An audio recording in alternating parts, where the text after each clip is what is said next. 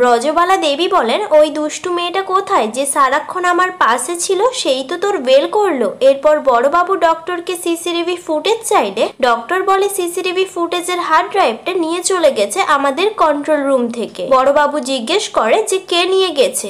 Doctor বলে Gita LLB. বড়বাবু গীতার উপরে অসম্ভব রেগে গিয়ে বলে, গীতার এত সাহস। অন্যদিকে গীতা বলে, আমি এই বাড়িতে থাকবো না, আর উনি তো আমার সাথে থাকতে চান না। এখন যা পরিস্থিতি, আমি যদি এই বাড়িতে থাকি তাহলে সেটা নিয়ে সমাজ মাধ্যমে অনেক ট্রোল হবে। এরপরে গিনি বলে, দাঁড়া বোন, আমিও তোর সাথে যাব, এখানে অনেক অপমান সহ্য করেছি। এই বলে গিনি নিজের লাগেজ নিয়ে গীতার কাছে চলে আসে। এরপর গীতাকে বড়বাবু ফোন করে বলে, পেন ড্রাইভটা কোথায়? গীতা বলে, ওটা আপনার গাড়িতে রেখে এসেছি, কালেক্ট করে নিন। গীতা বলে, পদ্মর মতো অসহায় মেয়েদের যেমন আমাকে প্রয়োজন, তেমন আপনাকেও প্রয়োজন, দয়া করে পাল্টে যাবেন না। গীতা ফোনটা রেখে দেয়। এরপরে গীতার কাছে আবারও একটা ফোন আসে, যেটা দেখে গীতা অবাক হয়ে যায়। গীতা গিনিকে বলে, আমাদের বস্তি উচ্ছেদ করতে এসেছে কিরণকান্তির লোকেরা। তারপরে গীতা বস্তিতে এসে কিরণকান্তিকে জিজ্ঞেস করে, আপনি কি চাইছেন? কিরণকান্তি বলে, আমি চাইছি অগ্নিজিৎ মুখার্জি ও গীতা এলএলবি এই নামটা যেন চিরতরে শহর থেকে মুছে যায়,